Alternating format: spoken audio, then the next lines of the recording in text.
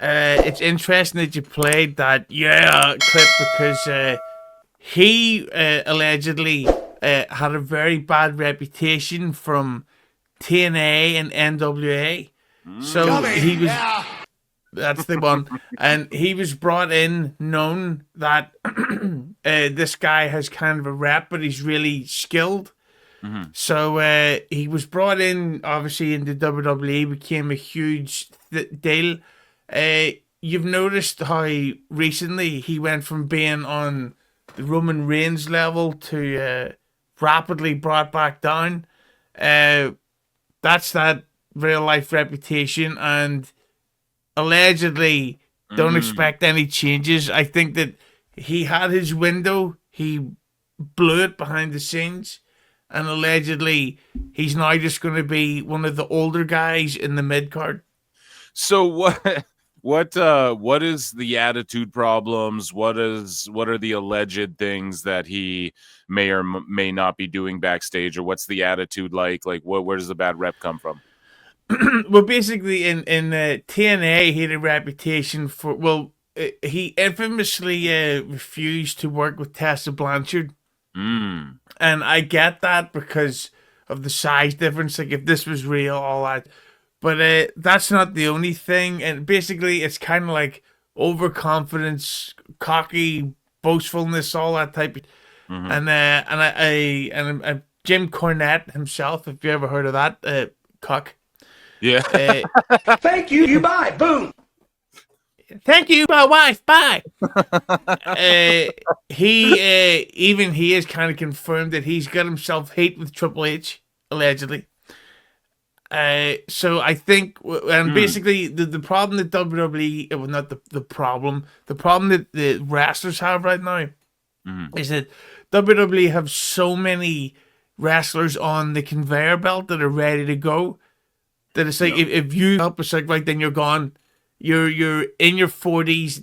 You've had your window. It's like here's Trick Williams, here's Obafemi, here's Braun Breaker, here's dozens of others that I could name, but I can't because I'm stupid. And you had mentioned when you come on the show a time or two ago, you were like, yes, The Miz is cool, but does WWE really need The Miz right now? And does WWE really need some of these talent? And LA Knight could fall under, like, yes, he's super over. He's white hot everywhere he goes. It doesn't matter when he loses. Every arena is still doing the thing the whole time. However, if he's stirring up backstage and they're on this ship that seems to be going in one direction and everyone's on the same page, and if he's not up in any way, allegedly, then it makes sense, man. Exactly. You're almost 40. We gave you run with the He's over 40. Is he? How old is LA Knight? I can look it up. 41 or 42. But one of the things I heard that got him hate a while ago, is that 42. 42, Hughezy. Sorry, go ahead. Yeah, is that I'm sure you've heard is that wrestlers are in charge of their own gear. And he was told, he turned up one day at a show and he literally had gray and green gear, which he wore at a bunch of pay-per-views, and WWE had said, you need to change that. Yeah. Because gray gear is a weird choice. Like, you have to change that. And because if you look at Hogan, have you ever heard of Hulk Hogan? Yep. From Suburban Commando. Yeah. You ever heard that guy, Santa with muscles? Oh, heck of a movie. Yeah, absolutely. Well, he had the red and yellow. It's like, okay, well, we can merchandise this. Yeah. But LA Knight was told forever, you have to change this gear. You need to change this. And for whatever reason, he kept turning up with this looking gear. And they had said to him, change the gear. We need it to be merchandise. What was the term they use? Sellable, man.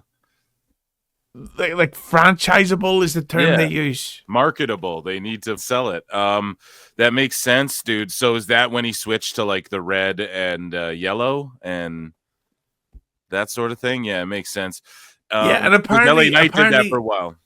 Yeah, and apparently they'd said to him because he get the not the chopsticks, the Slim Jim thing. Oh, right. They had said to him back Chopstick. then. Yeah, they'd said to him, you should get like something like Macho Man even did it. A red and yellow gear. Yep.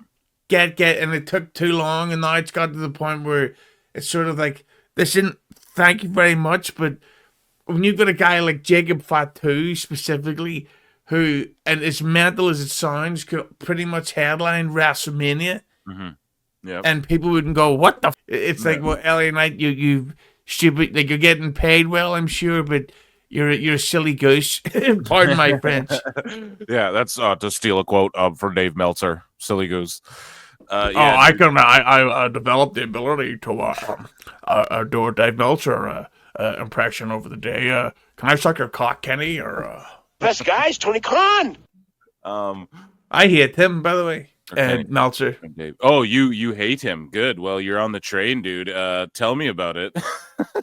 No, it's what just triggered over you? the What flipped you?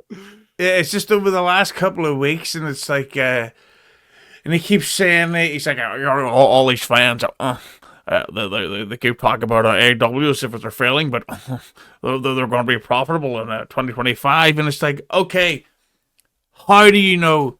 Yeah. Have they shown you the contract, or did he's you either bought in, or Tony's told him, or he's just making it up out of his ass like he did last time with their last TV deal, because he's talking all that and then when it boiled down to it, he's like, well, it's really weird, they'd like pull the something, and then all of his predictions were completely wrong. And exactly now he started saying they're gonna get, so it's announced they're gonna get 185 million upward, right?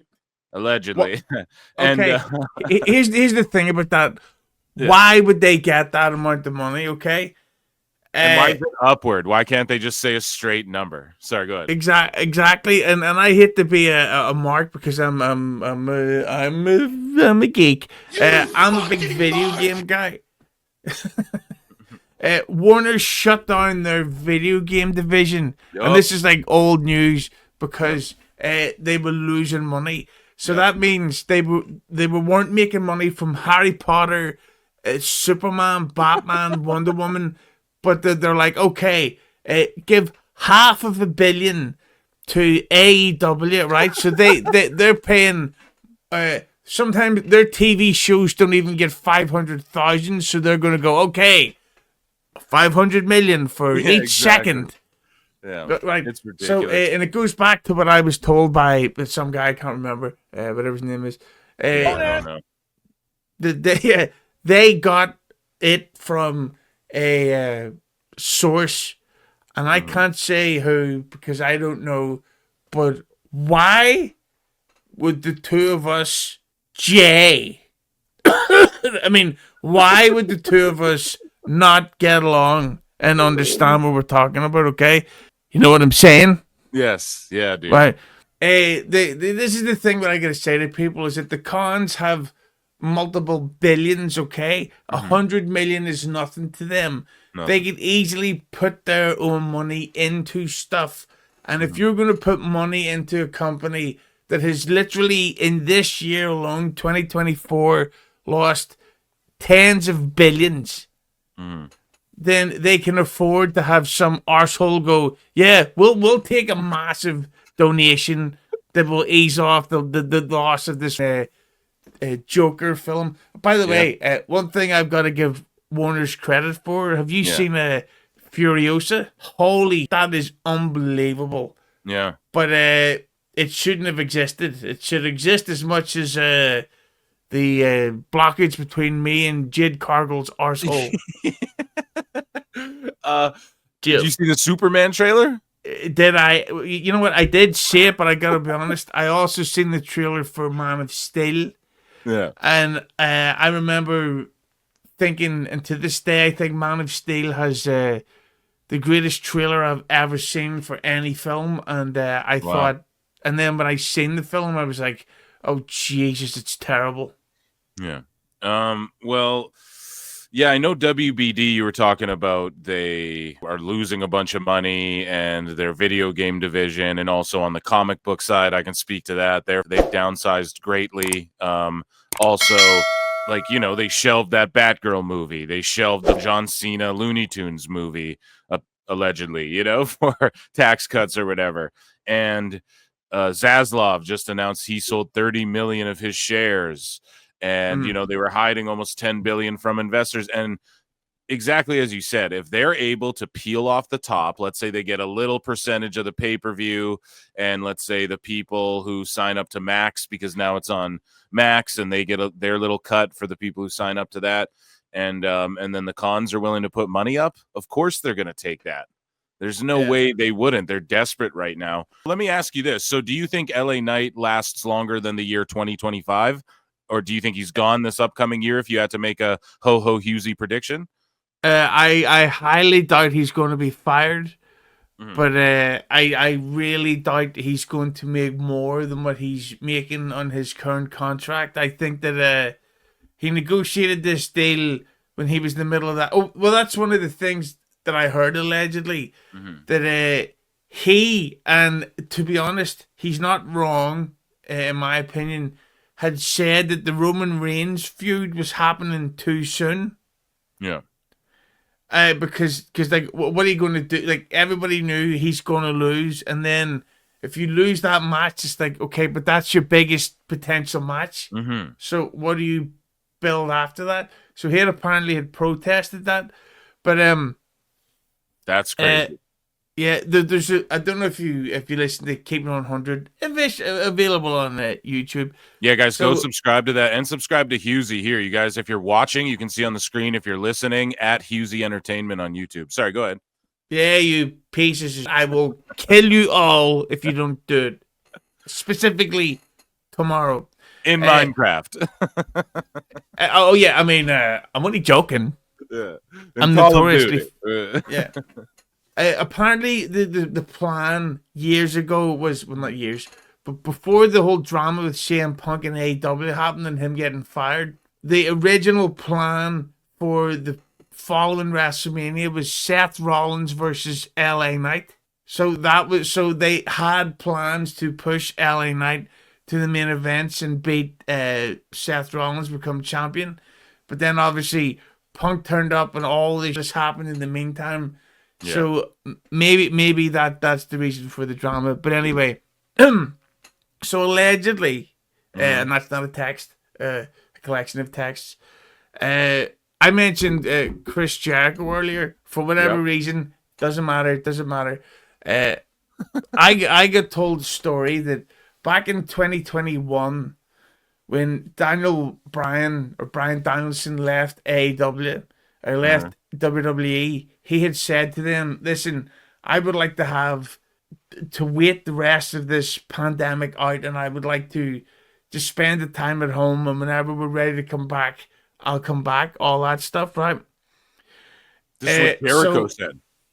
Oh, this is what Bryan did. Okay. So he, and you'll understand what I mean soon. Yep, for sure. Allegedly. So Bryan Danielson has said to WWE, I don't want to extend my contract right now. We'll wait until all this over, then we'll come back. WWE didn't know Bryan Danielson was signing with AEW until it leaked online. Holy, that's crazy. So they had thought he's just waiting it out. We'll find out. What they found out after is that Danielson had, within a month, opened up talks with AEW and was being brought straight into AEW with CM Punk, and allegedly a third person who we'll talk about later on. Okay. So he had for a long time nuclear heat to the point where he's done, where he's never coming back no matter what. Which brings me to my story, allegedly, is that the Kylie Ray signing of the WWE ID thing is a sign that a certain somebody is never coming back? Jericho. Huh? Allegedly. I don't know. Yeah. I don't know. I don't know. I mean, make Lionheart maybe. We'll call. How about for the sake of this, we'll call him Cortisone de Leon. Now, I don't know what you're talking about, but allegedly that person has some type of long-standing hate with Triple H, who basically now in his position of power, and also the fact that, I don't know, maybe they've been in a company where for the past 5 to 6 years their drawing ability has been completely demoted or exposed. Now it's got to the point where Triple H has said no. Can we take a quick pause? I'm dying for a piss. Oh yeah, dude, absolutely. Go ahead. I'll only be here 5 hours. Yeah. So to add context to what Hughezy's saying, Chris Jericho, allegedly, maybe not him, but there was NDAs in place. Kylie Ray was, of course, brought in by WWE, debuted right on the main roster on Main Event. Had like a quick name change, and then she left the company, but on good terms. And then the WWE ID program goes down, and then she's a big part of that. Now, who knows? Possibly. Chris Jericho has enough heat. And if you think about it, Triple H as well, and I'm saying Chris Jericho, Hughezy never said that, but Triple H and him, were professional rivals as well, and competed for that same spot for like a long time. If you think about it, we're involved in a lot of the same feuds. I could see, I don't know if Triple H is the type of guy to be petty enough to be like, never again. But if for the time being, maybe when they're both like 80 or something, he'll be like, yeah, Jericho's cool now. I've always gotta wonder what it's like to really need a piss and take a piss, right? Yeah. And then I'd love to talk about that to Jade Cargill's husband. and I'd say to him, be like, oh God, I just took a piss. I've been holding that in for about an hour. What about you? Like, me? I cream pied Jade Cargill. Yeah. Like I yeeted. He's a piece of shit. He must just sit there watching TV and people be like, oh, look at me, I've got all this money, I've got all these awards, what about you? It's like, just over here tossing Jade Cargill salad. You what?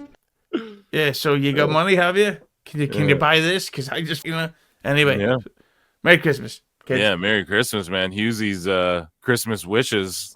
Looking for a Jade Cargill Christmas miracle over here, Hughezy. Yeah, but the thing about that is that AEW has not allegedly, AEW has exposed the fact that a whole lot of people are not stars that you would think or were. So this is what's going on with so the Kylie Ray thing. It's not only about supporting someone; it's also a sign of telling somebody else bye-bye. Yeah, and what about Danielson? Does he have heat on him? You had mentioned him a moment ago. Not that I know of anymore, because obviously there's been changes behind the scenes. Yeah. But at the same time, I have no idea why they would want to bring him back at all. He's had he's badly injured, even more so than before. He's a physical wreck, and again, no drawing ability. So what is the point of bringing him back? Okay. There was 3 massive free agents behind the scenes. But the thing about that is, and this was not confirmed, but Punk wanted to come back to WWE in 2021 to the point that Vince had actually brought it up behind the scenes, and a whole bunch of people said no. And at the time, Vince, and this is when AEW was seeing this competition, and it was kind of like back to the Click days, where not that the wrestlers had more power than Vince, but wrestlers had a say. And people like Owens and Edge and Reigns and others had said, we don't want him back here. Damn, that's crazy. Yeah, Edge hates CM Punk. They've legitimate hate because Punk, I'm sure you've heard, used to date Beth Phoenix. Yeah, and Lita. Oh, me. And Edge is married to Beth and dated Lita as well. Sorry, go ahead. Oh yeah, no. So and Punk is not exactly Mr. Nice. with women once he's broke up with them. So Edge hated CM Punk, and the fact that he was back sort of really convinced Vince to say no. But I just gotta say, if ladies out there, send me photographs of your fight back. Oh my goodness. What, you, so another childhood crush or what, Hughezy? She is do you remember they did that WWE? Well, I never actually seen it, but you can see it online. It's like a WWE bikini video. Yeah. Okay, I would let her slit the throat of my kids if I could eat her arse for at least 5 minutes. It's like okay, I didn't like them anyway. They were wee bastards. So Respectfully. yeah, respectfully.